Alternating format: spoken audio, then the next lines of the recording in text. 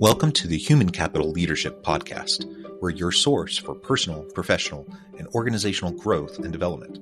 We share our own original research, explore industry trends, and interview executives and thought leaders from across the globe.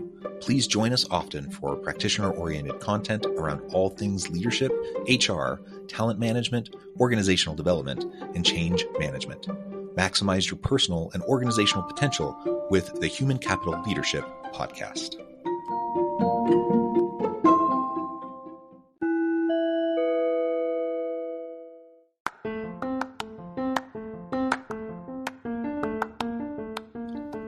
Welcome to the Human Capital Leadership Podcast. In this HCL Podcast episode, I talk with John Morgan about the new LHH report on the key challenges to leadership development programs and creating L&D buy-in for talent attraction and retention.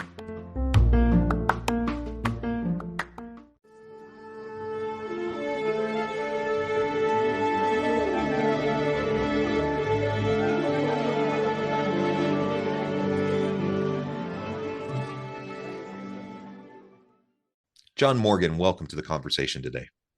Happy to be here, John. Thanks for having me. It is a pleasure to be with you. You're joining us from New Jersey. I'm south of Salt Lake City in Utah. And today we're going to be talking about the new LHH report on the key challenges to leadership development programs and creating L&D buy-in for talent attraction and retention. There's a lot of great stuff in this report. That's what we're going to zoom in and focus in on, but we might touch on some of the other elements as well a little bit. I'm super excited for this conversation. And of course, you have a tremendous background in this area. So thank you for taking the time to share your expertise with me and the audience. As we get started, I wanted to share John's bio with everybody. John Morgan is president of LHH's Career Transition and Mobility and Leadership Development businesses and has more than 20 years of experience providing leadership advice to clients across industries on navigating economic shifts. Prior to his current role, John served as Chief Operating Officer for 3 years and helped grow LHH's revenue to all-time highs. I could talk more and more about your background, but I'm going to pause there. Anything you would like to highlight about your own professional background or personal context before we dive on in?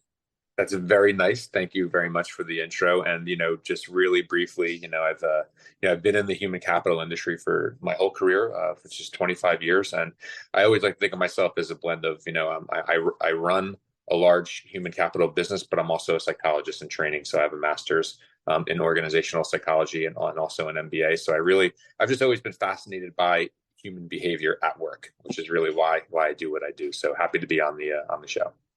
Very good. And I'm a close cousin. I'm an organizational sociologist with a lot of social psych in there. Anyways, wonderful stuff. Great background. And yeah, that background serves you very well in this space. So again, thank you for joining me. All right. Why don't we dive on in? Give us just a little bit of background and context to this report itself. Sure. How this report came about, some of the components to it, and then we'll dive on in more specifically to talk about L&D buy-in and talent attraction and retention.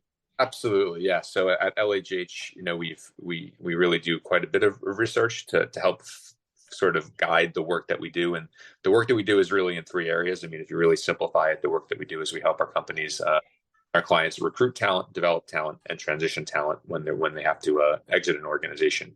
And so this study really focuses on the middle pillar, which is developing talent, how we build leaders and how we help companies, guide leadership development, investment, and programs. And so, we felt that in the world that we're living right now, which is sort of the convergence of, leadership skills changing amid AI, return to work programs kind of formulating, Gen Z entering the workforce, just really a good time to kind of take a step back and take a look at our customers and say, hey, what is working in leadership development? So that's really what the impetus was for the survey. We did, a survey of about 1,500 C-suite executives. These are C-suite leaders who are actually responsible for the purse strings of leadership development investments in their companies. And they were all large companies. And it was across not only the US, but also we looked at the UK, Canada, and Australia. So sort of all of our biggest English-speaking markets, just to kind of get a sense for, what was really working in the area of leadership development and also what were some of the challenges, right? So a couple insights that we got out of this that we can dive into more. I mean, one, we really saw major challenges associated with change management and being agile. I mean, that was probably leadership development competency that rose to the top, but also how LD programs really impact recruitment and retention, some geographic differences, of course, in terms of what people are doing across the different markets. And then, how do you build an LD culture and really what works? And so those are the areas that we really probed into. Awesome. Yeah. And let's start with the geographical differences a little bit. Sure. Just at a high level, you just outlined several different core areas of the report. Maybe just give us a high level kind of descriptive summary of what you saw in terms of geographic differences. Yeah, there were, obviously customs and work styles across those countries are a little bit different, but there were really two major significant differences that jumped out of the data when we looked at it. And the first one was in North America, so in the US and in Canada, the composition of leadership programs had a big focus on not just leadership, but DE&I, right? So for sure, when you compare that to the UK and the Australia and some of the other markets, we had almost 100% of leadership development programs at least having a component that was really strongly focused on DE&I. We didn't see as many programs that had that focus in the non-North American markets, so that was one thing that really jumped out. And I think the second one was that there's this success factor that leadership development programs are really only successful when they're linked with business objectives. I mean, we all kind of know this. It's a little bit of motherhood and apple pie, right? Leadership has to drive the business strategy. We found in North America, majority, 80%, felt that the linkage was pretty clear. Their programs that they were building were clearly linked to the business strategy. Outside of North America, we actually found that the result to be much less. It was less than 50% affirmed that opinion, that their programs that they were building were connected to their leadership strategies. So those were the two major geo differences that were actually called out statistically in the study that we did. Yeah, well, that's super interesting. And I don't want to talk about my own stuff too much, but I do a lot of comparative international work in the motivation, in the employee engagement, satisfaction, and retention space, looking, across countries and cultures.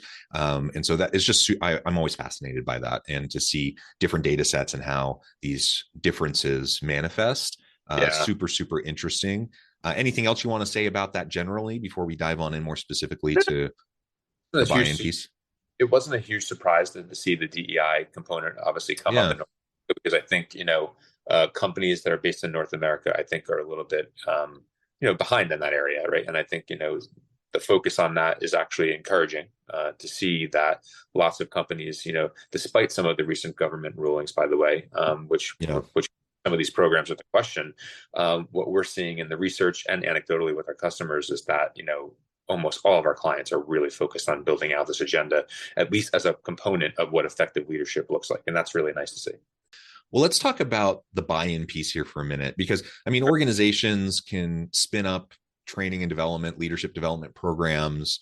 Lots of organizations have big catalogs of various training offerings, for example, but they're not always very well utilized by employees. So I think there's a big difference between having like a catalog of offerings versus having actually a strategic, plan in place and leveraging that content in a way that's actually helpful for people and for the organizations themselves. And it comes back to buy-in. What did you find in this report? What are some of those biggest challenges for C-suite leaders that they're facing when trying to generate and create that buy-in in those leadership development programs that they may have in their organizations? Great question. And maybe start with just sort of some of the challenges that emerged in the report. So we actually talked about this question a lot.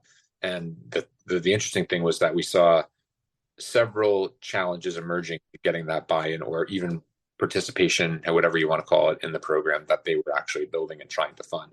So the 5 challenges that we saw that rose to the top, one was really sort of what they categorized was as a lack of interest in the program overall. Mm-hmm.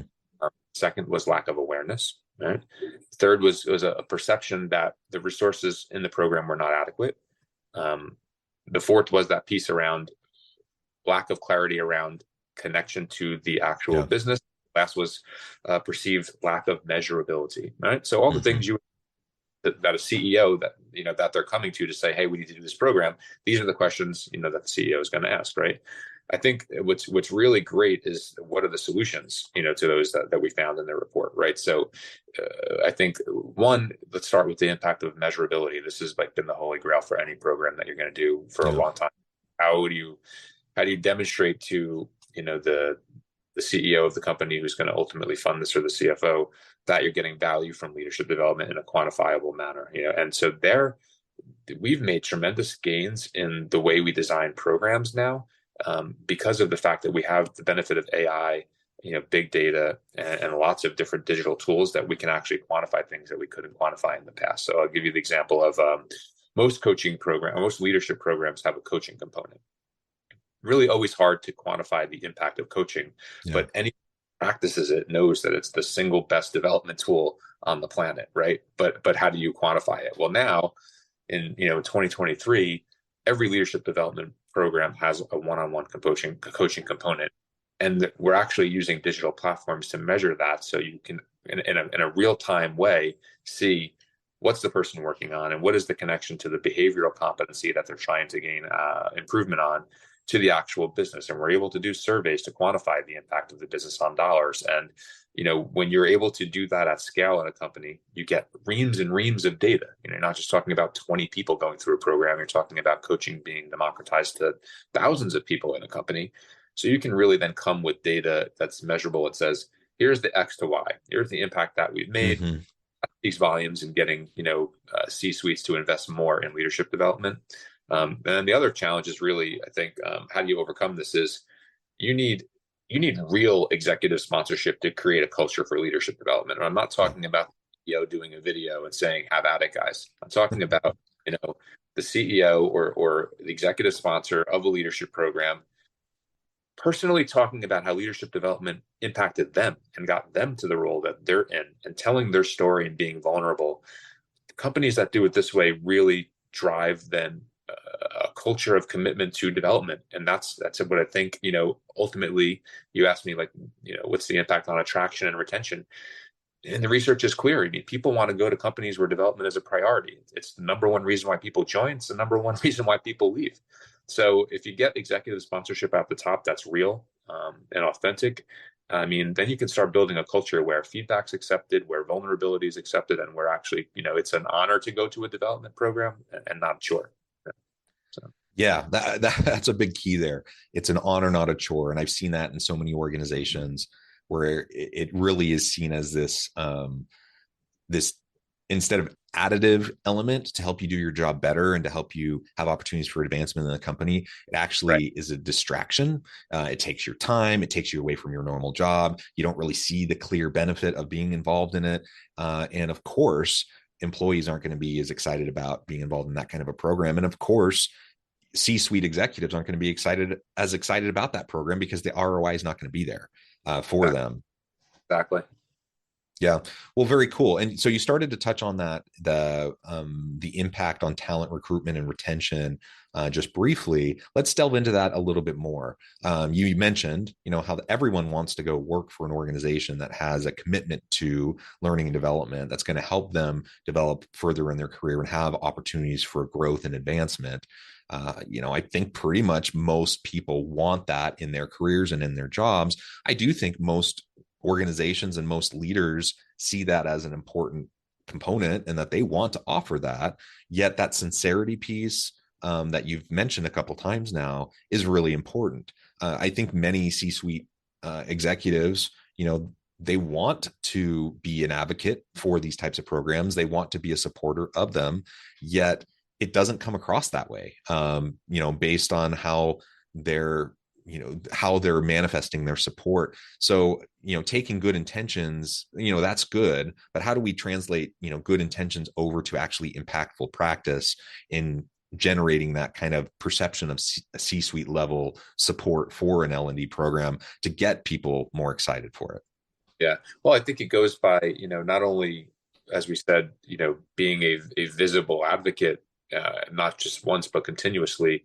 But also, I think, the investment talks at the end of the day. So, yeah, not just making sure that a leadership program is not for, C-1 and C-2 only, right? I mean, if you're really trying to build a leadership development culture, you have to offer real development to every stage of the company. So our best clients that do this really well are really segmenting their employee population. So, and when they're visibly putting investment into saying, hey, the competency that you need for leadership at a early stage, a mid stage, and a more seasoned executive stage are different, right? And we're going to develop different learning journeys and different experiences based on those competencies, so that you, from the moment you start here or the moment that you enter here, that you're clear on what your actual leadership development path looks like. And I think that's the other big reason why people leave a company is career path becomes unclear, right? When career path is not clear or development isn't valued, I mean, that doesn't keep people out of company, even if you throw money at them often, right? So I think, leadership support at the top, again, so like we said, it's not just about turning up on the video. It's not just about making a speech once. I mean, it's, money talks, and putting the investment into the program at all levels. And I love what a lot of our clients have done. I use the example of coaching a lot because it's one of the most visible investments that you can give to everybody. Like, you can actually democratize coaching and make it everybody in the organization. And, that's how you build a culture of development. And I think that's, the best way that an executive can prove that he or she believes in something is just to make it available and encourage people to use it. And again, make it a normal part of your cadence. You're getting up in your town hall, highlight the people that have been promoted, that have gotten out of these programs, like really just, again, make it an honor at all levels, not just the top. Yeah. And you mentioned having those unique pathways. What I've seen, at least traditionally in the past, in the training and development world, the learning and development world, and leadership development world, is that you tended to have these kind of rigid pathways for people, but organizations are much more agile. Well, at least they need to be much more agile now. You talked about change agility. And so what that means is you need more agile pathways. You need more personalized and unique pathways. You need to allow people to develop their own pathways. That makes sense. That's complicated, obviously. And if you're in a large organization, that's going to be a challenge. But when we're thinking about the future of work and the talent shortage and the skills shortage and upskilling and reskilling people, a big part of the conversation is how do we create these unique pathways for individuals? Because as you mentioned, you can throw money at someone for a while to keep them around, but if they feel like they've stagnated in their career, even that money's not going to keep them around. And I've seen many organizations where they basically just admit it. They're like, yeah, we really don't have anything for you, so good luck. And they're basically saying goodbye. We're not willing to put in the work to try to keep you. And of course, people don't stick around in that environment. Exactly right. And what's funny about that is that I've seen that a lot as well. We are starting to see it a little bit less because there is definitely there's more of a shift to what we call internal career mobility, but it's really employment, right? Because there's so many open jobs that companies actually can't fill. I mean, it's a really interesting labor that we're dealing with right now, where you have on one hand, you have a lot of large publicized tech downsizings, and on the other hand, you have 3.5% unemployment in the U.S. And there's people looking for jobs, and there's jobs looking for people, is what I always say. And so companies are starting to realize that they gotta, like, that comment about like, hey, we don't really have anything for you anymore. It's really costly problem. It's a really costly problem to have to keep hiring and releasing, It's much cheaper, right, to invest some money on some people, help them grow in their career, and like actually help them understand, here are your top 5 skills today, and here are your skill adjacencies that you can actually develop, because these are the new jobs that we're trying to fill, and we'd rather fill them with you than have to go outside. More and more companies are actually doing that. My hope that problem that you just described starts to get solved at least a little bit, because there's nothing worse than you're having a career conversation and you're like, well, your track here is over. Like, I mean, it's you want people to be, leaving as friends. You don't want people to leave that way. Yeah, absolutely. And I do think it is shifting. It is changing, in part just out of necessity, because the nature of work is changing. The nature of organizations is changing. There is a lag, though, and there's a lag in a lot of organizations to adjust to this change. And so, yeah, for anyone in the audience today, that's something to think about. Like, what are you doing in your organization in relation to your L&D practices to foster this kind of an environment where people can pivot within the organization? Of course, that's always happened. There's always been instances of that, but it's been more rare. In the future of work, it's going to be more and more common. And if you're going to want to keep good people, you're going to have unique pathways developed with those individuals to help them progress and continue to grow in their careers. Something else I wanted to touch on for a few minutes before we wrap up is, this return to office mandate that has become all too common in many organizations. What have you found in your study around those office mandates? How does that map with the continued economic uncertainty? And how does the culture of leadership development play into all of this? Yeah, it's actually the culture of leadership development is a key method to help solve, I think, the sort of issue that we have with return to work right now in the U.S. particularly, because it's not much of an issue, right? That's one thing in the study. Not as much of an issue outside of the U.S. You probably have seen this in your research as well, where in continental Europe, I mean, everybody's in the office pretty much every day, right? So when you think about in the U.S., where we were headed even before the pandemic to a bit more of a hybrid model anyway, then it was exacerbated. Our research is really interesting. What we found is that right now, people just don't like extremes, right? So on the one hand, this is well documented, the mandate, especially in financial services right now, to be in the office 5 days a week. I mean, that's not going over very well. And, my prediction is pretty clear, is that, if it continues to go down that route, there'll be some retention issues. There's no doubt about it, because the labor market is still really strong, right? On the other hand, on the other end of the spectrum, the idea that you can work every day in a virtual environment and be connected to the culture of a company is also not realistic, right? Here's what also doesn't work and what people don't like. And I always say this to our customers. It's like work happens in between meetings. Work doesn't happen in the meeting, right? Work happens after the meeting. That's when actually people get things done. And, so the idea that you're going to have a virtual environment where you encourage people to come in just for a team meeting once a month or twice a month, that's not really building culture, building communication, collaboration. That's just getting people to see each other and then, go back to their homes. So I don't think that works either. I read the other day, there's a customer that we work with, JB Smucker. They do the jam and peanut butter. And they have a really novel concept that I could actually see taking off. They have this idea in their headquarters where they have this basically this core week concept where you have 22 weeks out of the year, I think it was, in the office in their core weeks. They're basically every other week for the most part, except for the summer. And they're finding 80% of the people are in. They're going into the office, right? Because they've got the flexibility. So it's not like 2 days a week or 3 days a week. It's this sort of core week, and you manage your work in that cycle. And it seems to be really taking off pretty well, actually. So I think, the research is pretty clear. Hybrid is what people want, right? They don't want extreme, they want hybrid. Coming up with a structure for hybrid is really where the challenge is. And, I think leadership culture is actually a really key part of it, because I think the way to get people back into the office is to say, listen, if you want to grow and develop as a leader in this company, you need to build the relationships, you need to collaborate with people. And, as great as the tech tools are, we're humans, and that kind of has to happen in an office setting, at least some level, right? And so I think designing our programs where at least a component of it is in person, that's then facilitated by a lot of great technology tools, whether it's self-directed learning, whether it's virtual coaching, virtual peer circles.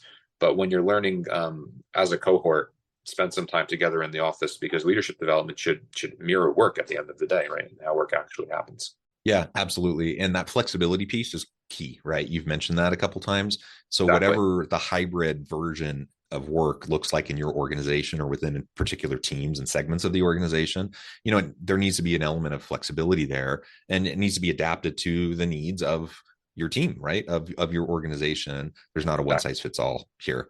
And so that's the thing I chuckle about. When I see these big, CEO mandates, like an Elon Musk Twitter or X mandate, that everyone comes back in, it's kind of a one size fits all thing. I chuckle at that. I'm like, that's kind of dumb. I mean, certainly his right to do that, but is that going to be as effective as it could be if you took more of a unit or team level approach to the needs of the people. The other thing you mentioned at the very beginning about the DEI stuff and that component to training and development, one of the really great things about flexibility and in the remote work world is there's actually been a lot of really positive DEI impacts for organizations and for people who might have be employees from traditionally marginalized communities to have more opportunities. The flip side of that is if they're completely remote, then you can actually disproportionately negatively impact their ability to develop and grow within the organization because they don't have that one-on-one mentoring, they don't have the FaceTime, they don't have those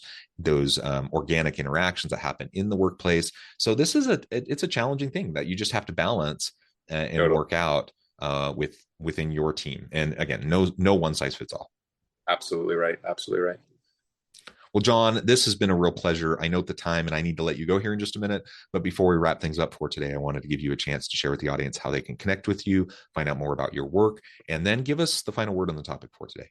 Yeah, absolutely right. So I'll give us the final word on the topic, and then I'll leave you with the how to connect with me. I think the one thing is really that rose to the top of the study also is really this notion of change and agility and how people need to develop leadership skills to manage change and agility. And we found that really rising to the top. Over 90% reported agility and responding to organizational shifts as a leadership development challenge. So all the listeners, if you're building leadership development programs and you're really trying to figure out what the competencies are, make sure that you're addressing that whatever way makes sense in your organization, because it's a really key leadership development component right now. You can reach me if you like at john.morgan@lhh.com.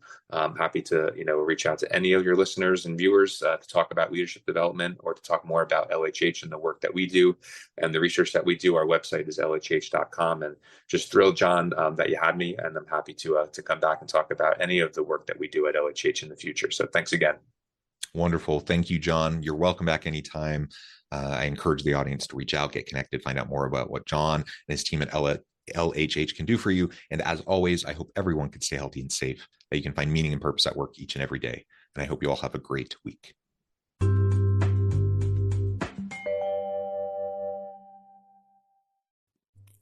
Thanks again for joining us for this episode of the Human Capital Innovations Podcast. I hope you stay healthy and safe and that you have a great week.